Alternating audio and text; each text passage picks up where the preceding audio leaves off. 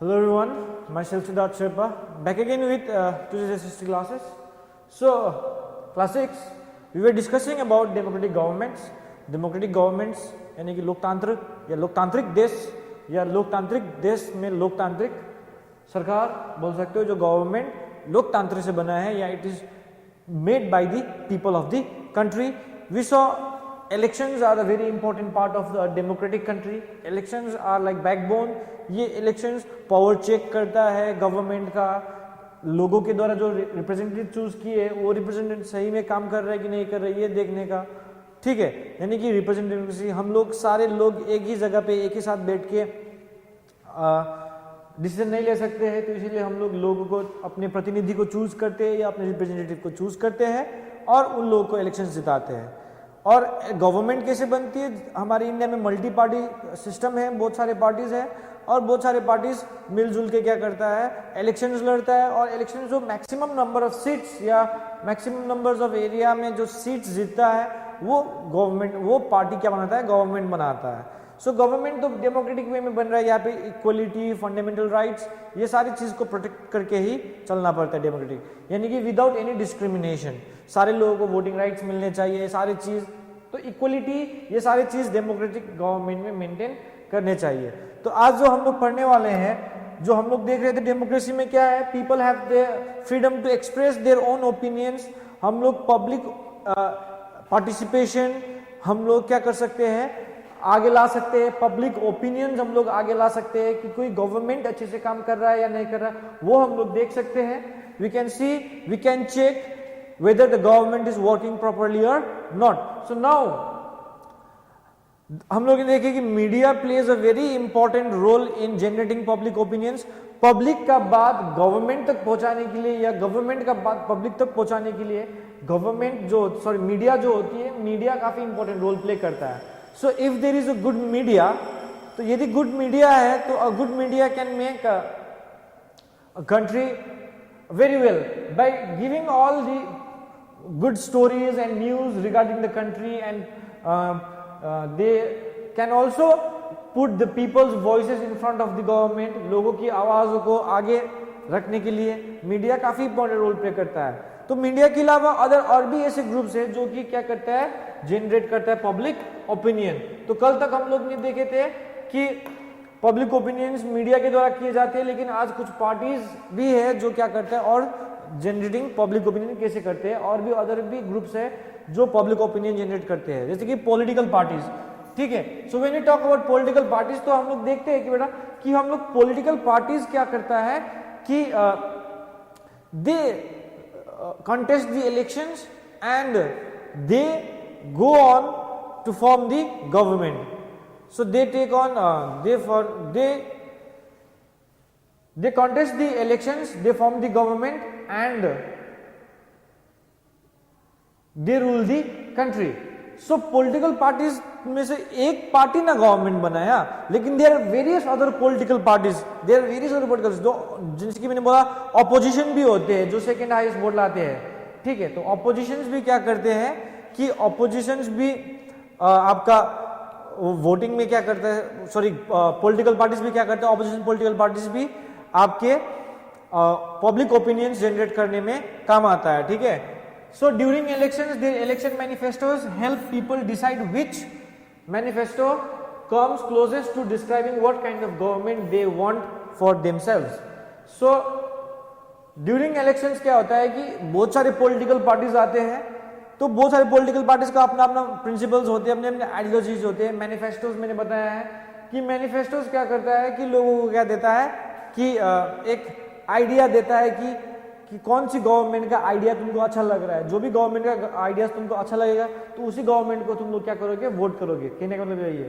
तो political parties बहुत सारे ऑप्शंस देते हैं लोगों को कि किस प्रकार की गवर्नमेंट आपको चाहिए.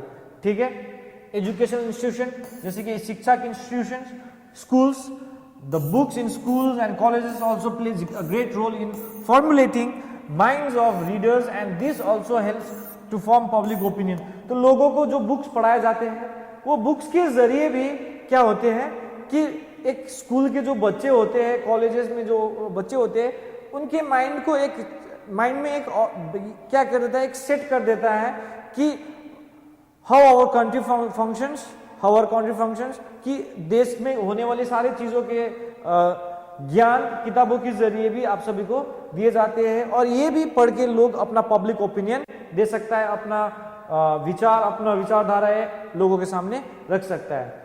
Similarly education institutions greatly influence the minds of the young, often transferring them into responsible future citizens of the country.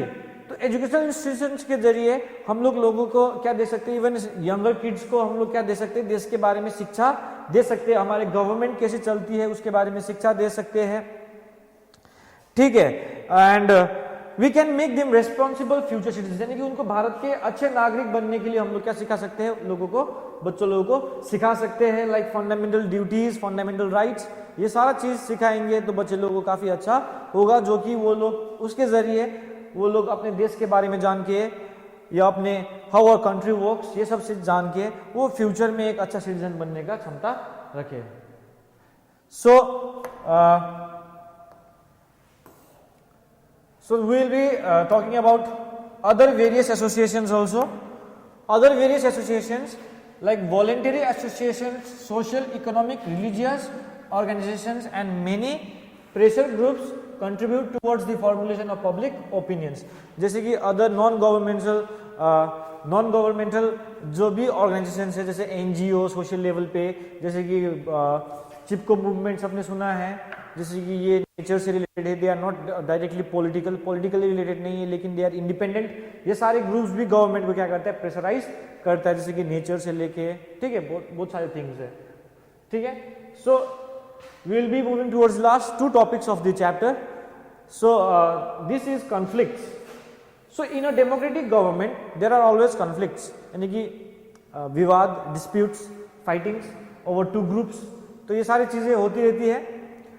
Conflicts,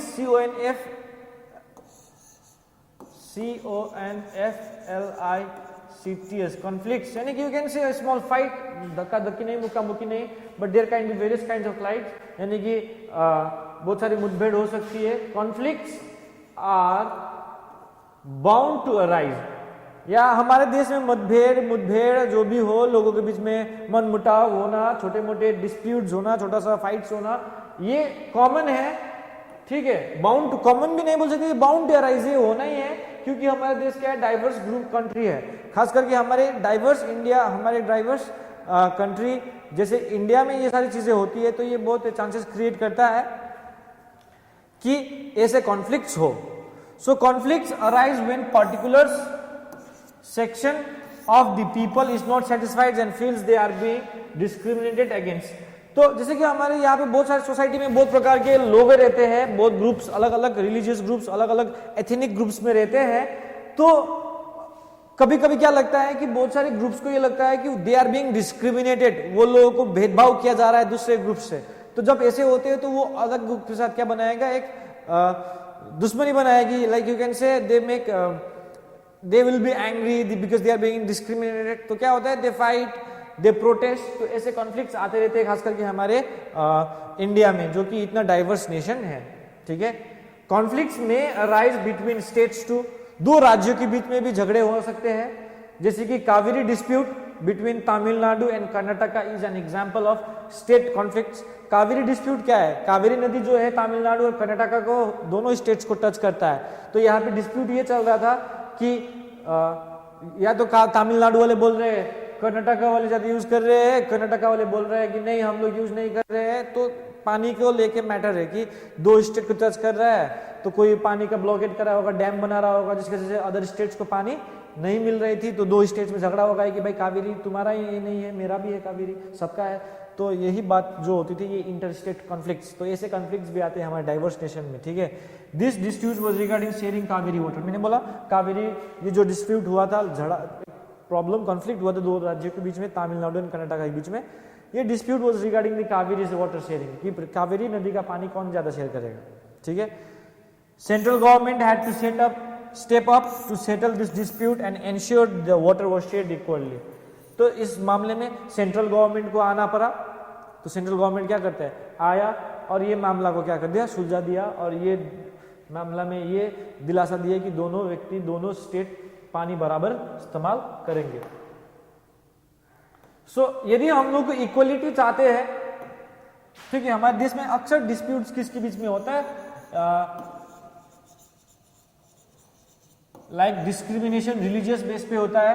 तो यदि हम लोग इक्वलिटी एंड स्टेबिलिटी की, देश स्थिर हो, झगड़े ना हो, देश शांत हो, ये चाहते हैं हमारे देश में, तो डिस्क्रिमिनेशन, जो भेदभाव हम लोग धर्म के नाम पे करते हैं, जेंडर चाहे मेल हो या फीमेल, लड़का लड़की में जो करते हैं, लैंग्वेज, भाषा, संस्कृति, बहुत सारी चीजों पे हम लोग करते हैं, ये सारी चीज को हम लोग को क्या करना है, needs to be done away with. ये सारी चीजों को हम लोग को छोड़ना है। We should stop all this things, then only we will be able to make our country peaceful, और जहां पे इक्वलिटी और स्टेबिलिटी मेंटेन हो। तो ये सारे भेदभाव करना छोड़ देंगे। भेदभाव करेंगे तो फिर कहां से इक्वलिटी आएगा? तो यही बात है ना। The people need to actively participate in elections to country of the country, since it is they who elect their representatives to govern the country। तो देखो, सारे लोगों को क्या करना चाहिए कि सारे लोग एक साथ, सारे लोग पार्टिसिपेट करें, एक्टिवली जागरूक होकर पार्टिसिपेट करें इलेक्शंस में। क्यों? क्योंकि इलेक्शंस बहुत जरूरी है, क्योंकि लोग डिस्क्रिमिनेट फील हो रहा है, तो वो लोग का भी तो मौका है ना बेटा कि वोट करो, we can change the government, we can make, ये डिस्क्रिमिनेशन हटाए, इक्वलिटी चाहे, तो ये सब हमारे हाथों में ही है। हमारे हाथों में ही है कि हम लोग इलेक्शन कैसे करना है। तो इसीलिए रिप्रेजेंटेटिव्स जो होते हैं हम ही चूज करते हैं जो हमारे देश के लिए चलाएगा। तो इसलिए हम सारे लोगों के लिए, we all people should participate in the elections actively.